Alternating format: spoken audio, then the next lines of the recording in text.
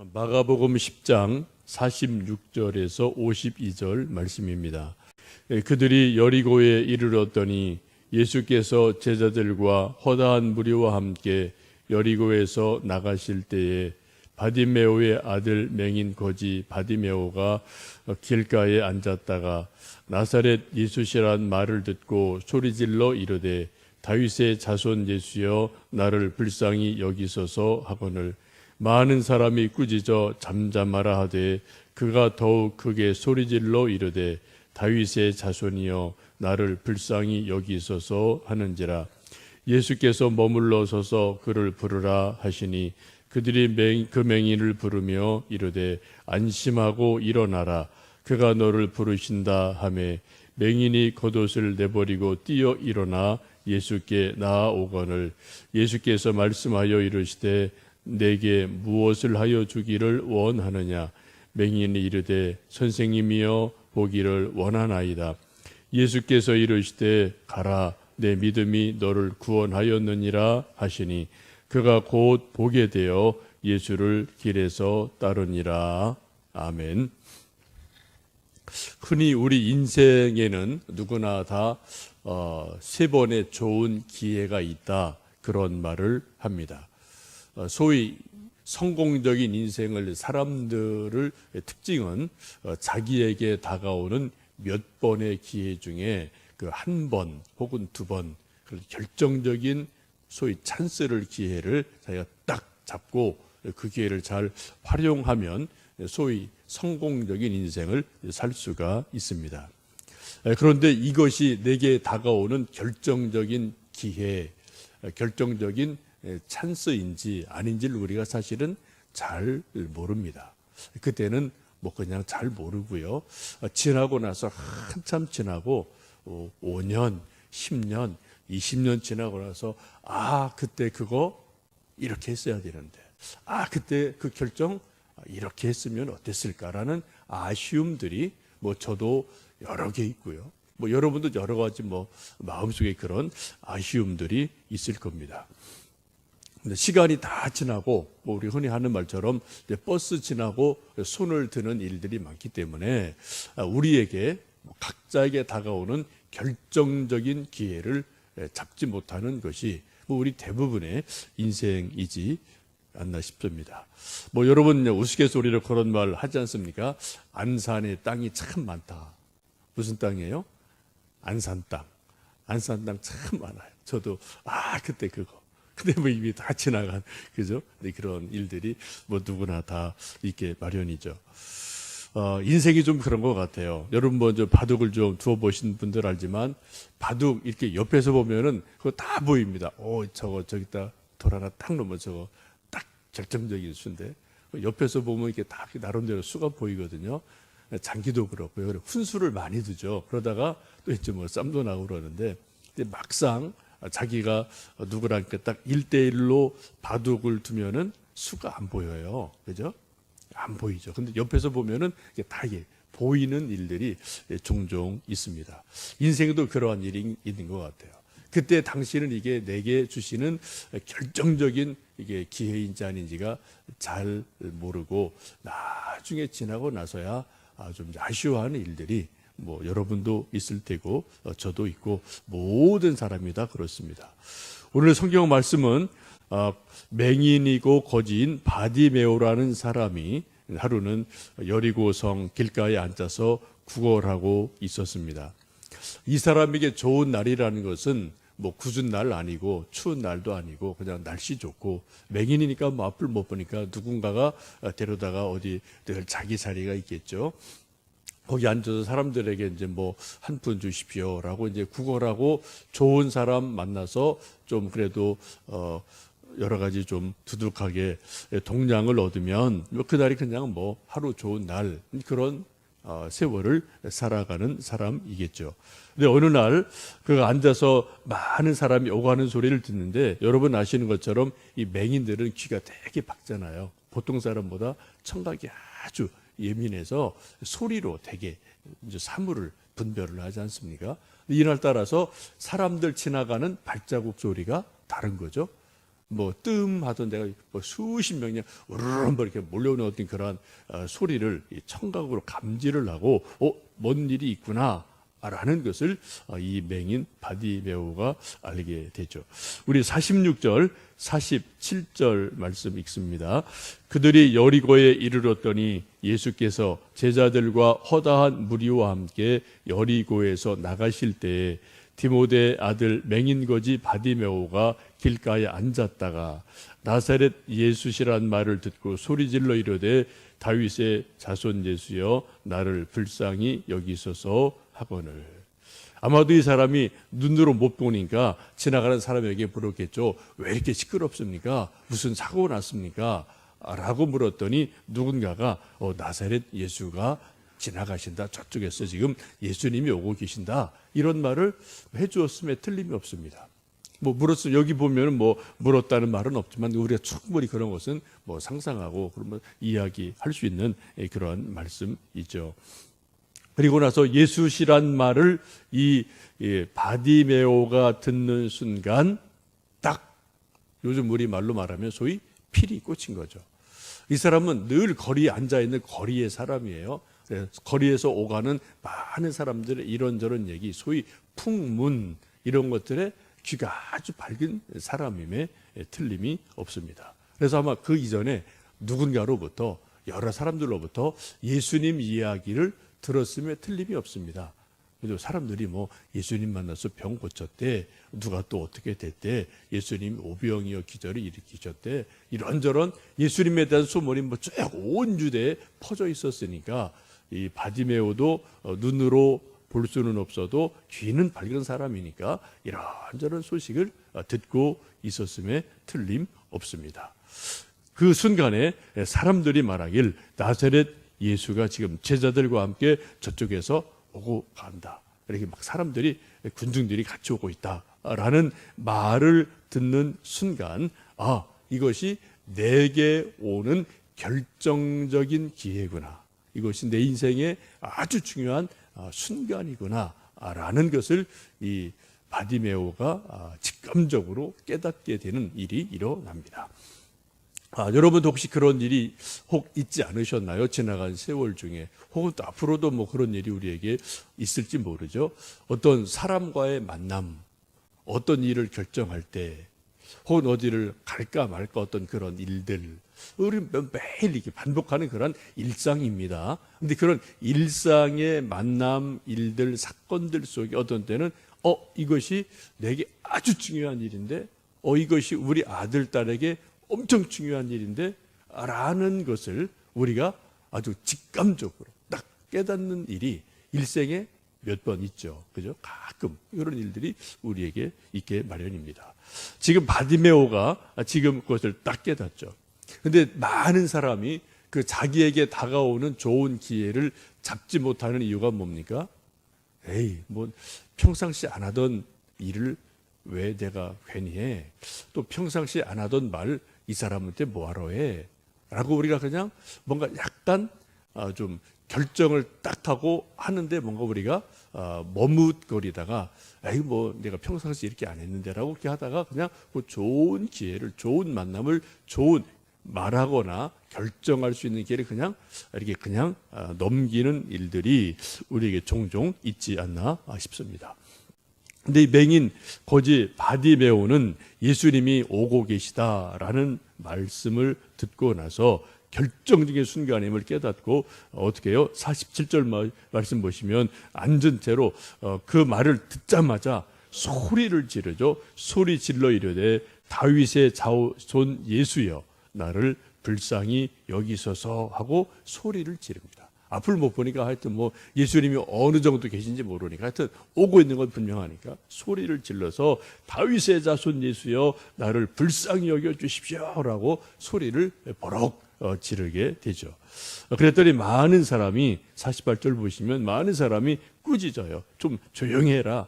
앞도 못 보는 놈아 하면서 막 타박을 하게 되죠. 지금 예수님이 오시는데 뭐 이런 사람 안중에도 없죠. 사람들이 그죠. 그러나 이 본인에게는 너무나 중요한 결정적인 순간이 됩니다.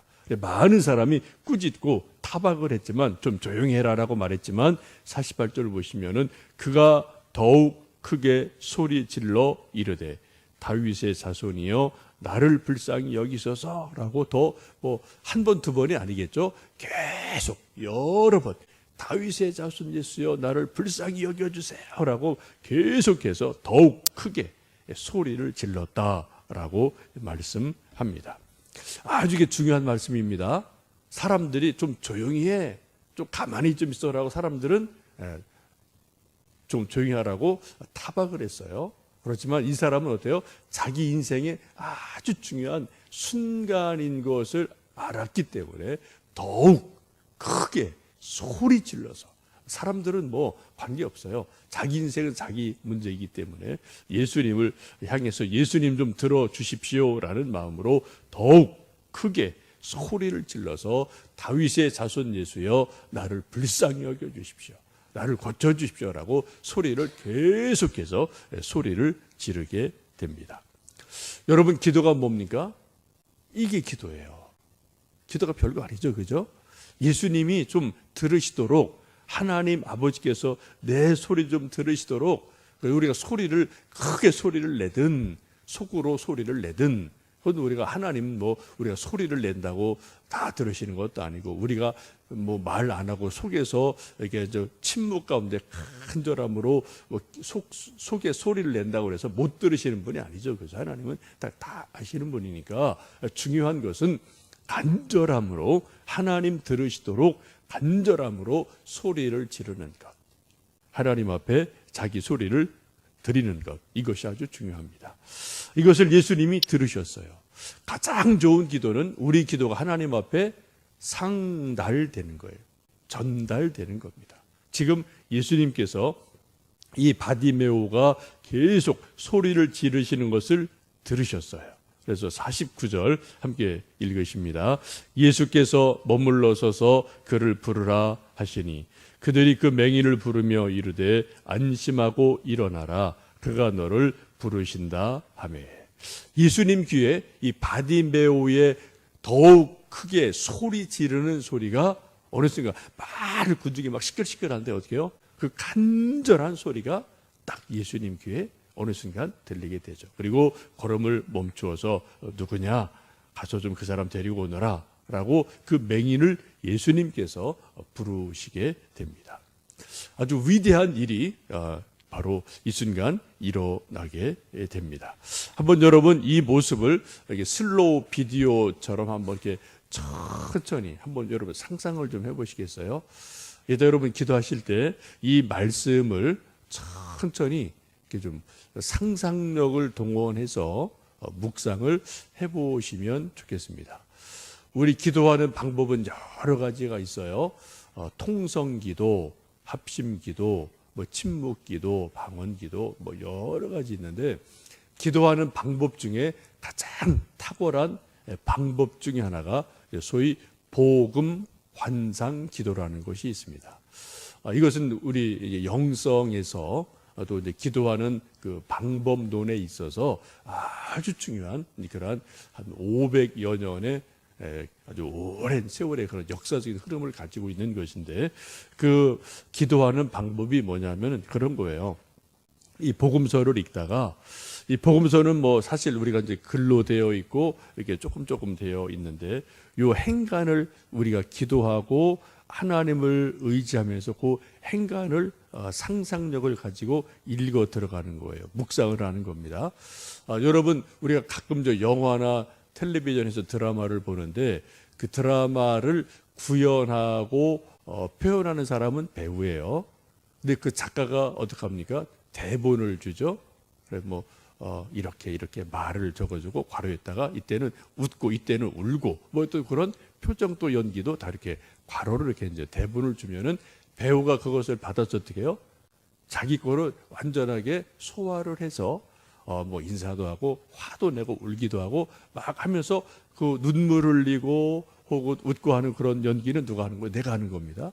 그 배우가 이제 어떤 감정이입이 탁월하고 상상력이 탁월한 사람은 그것을 잘 해내는 거예요. 근데 아마추어들은 그게 안 되죠. 뻣뻣하죠. 그냥 책 읽는 것처럼 그렇게 돼버릴 수가 없겠죠. 우리 기도할 때도 그런 것이 가능하다는 겁니다. 그래서 우리가 이 복음서를 읽을 때 예수님 말씀을 어떻게 하셨을까?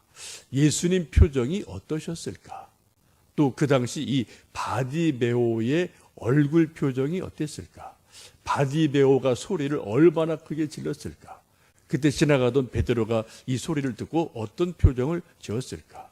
또 베드로가 좀 조용히 해라고 베드로가 좀 조용히 해라고 했을까? 아니면은 이 사람을 데리고 온 사람이 베드로일까 안드레일까? 하여튼 이런 식의 우리가 한번 이 행간을 읽어가면서 이 말씀 속에서 예수님 하시는 일, 말씀, 또 그때 상황 이런 것들을 한번 우리가 복음적으로 상상력을 활용을 해서 기도하는 것이 있습니다. 여러분, 상상력은 하나님이 주신 아주 귀한 선물입니다. 여러분, 동의가 되십니까?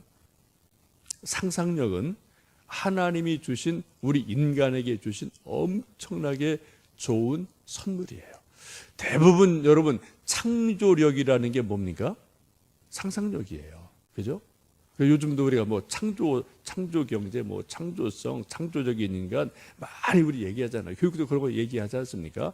여러분, 창조력이 뭐예요? 상상력이거든요. 상상력이 없이는 결단코 어떤 경우도 창조력이 나올 수 없어요. 여러분, 하나님은 창조주 하나님이십니다. 그 하나님께서 우리에게 주신 아주 귀한 선물 중에 하나가 상상력, 창조력이거든요. 여러분, 우리가 성경 읽을 때 그래서 이 말씀의 분위기, 이 말씀의 의미가 무엇일까라는 것을 상상력을 가지고 하나님의 말씀, 예수님의 말씀, 어떤 그때 그 분위기, 그 의미 이런 것들을 깊이 상상력과 더불어 묵상하며 기도하는 것은 아주 중요합니다. 그런 것을 일컬어 소위 복음적 관상 기도라고 이야기를 합니다. 한번 여러분 이거 기도하실 때 그때 어떤 여리고 그 성문 앞의 분위기, 또 바디메오의 어떤 모습, 또 막 오가는 사람들의 모습, 또 예수님의 모습, 오고 가는 대화 이런 것들 한번 여러분 어떤 슬로우 비디오처럼 천천히 이렇게 한번 상상력을 가지고 기도를 하고 묵상하시면서 그때 나는 여러분은 그때 어디에 있나? 혹시 그게 이제 대입이 되면 내가 바디메오 같이 될 수도 있어요. 그게 느껴질 때가 있는 거죠. 혹은 내가 옆에 있는 한 행인처럼 옆에서 지켜보면서 이렇게 막 그렇게 대오는 걸 내가 이렇게 볼 수가 있단 말입니다. 아니면 12 제자 중에 베드로처럼 요한처럼 예수님 막 이렇게 모시고 가다가 이렇게 저쪽에 앉아 있는 바디메오를 보고 저 사람이 이렇게 하나라는 것을 이제 보고 들을 수 있는 그런 일들이 가능하겠죠. 한번 여러분 좀 슬로우 비디오를 이렇게 좀 트는 것처럼 한번 천천히 말씀을 행간을 쭉 묵상하면서 들어가시고 기도를 해보시면 그 가운데서 새롭게 깨닫는 것, 새롭게 느끼는 것, 새롭게 또 보여지는 것들이 있을 겁니다. 그때 여러분 그 대목에 주목을 하고 계속 묵상하고 집중을 해보시면 말씀이 내게 주신 어떤 깨달음, 내게 주신 새로운 느낌 이런 것들 여러분이 이 말씀 속에서 좀 아실 수가 있을 겁니다.